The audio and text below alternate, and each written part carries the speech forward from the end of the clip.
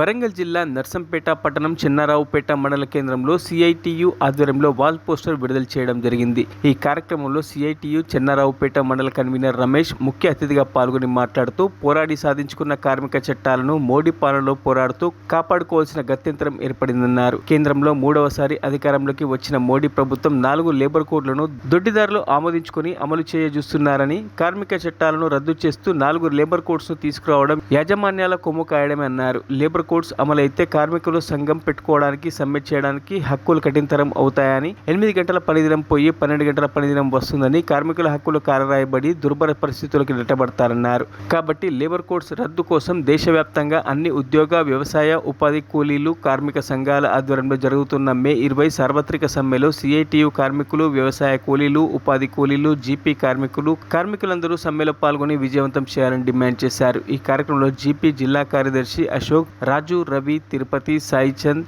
ఎండి పాషా, రాజు తదితరులు పాల్గొన్నారు. కార్మికుల పరిస్థితి ఇంతేనా? మరి ఉన్నోడు ఉన్న విధంగానే పోతున్నాడు తప్ప పేదవాడిగానే మిగిలిపోతున్నాడు.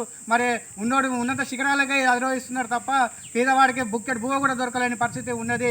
మరి ఈరోజు చాలని జీతాలతో బతుకుతున్న ఈ గ్రామీణ ప్రాంతాల్లో పనిచేస్తున్న కార్మికులు, అలాగే ఇండస్ట్రీలో పనిచేస్తున్న కార్మికులకు మరి ఈరోజు కార్మిక చట్టాలను పాత విధానాన్ని కొనసాగించకుండా నూతన కొత్త చట్టాలను తీసుకొచ్చి ఈరోజు ఈ యొక్క కార్మిక వర్గాన్ని భ్రష్టు పట్టించే విధంగా ఈ యొక్క బీజేపీ ప్రభుత్వము పూనుకున్నది. వెంటనే ఈరోజు బీజేపీ ప్రభుత్వం తక్షణమే ఈ యొక్క 4 లేబర్ కోడ్లను రద్దుపరిచి ఈ నెల 20న జరిగే గ్రామీణ బంధులో అనేక మంది కార్మికులు, అమలు కార్మికులు, ఫ్యాక్టరీలో పనిచేసే కార్మికులు, జీపీ కార్మికులు అందరూ పాల్గొని ఈ యొక్క మరిన్ని అప్డేట్స్ కోసం మా ఛానల్ని సబ్స్క్రైబ్ చేయండి.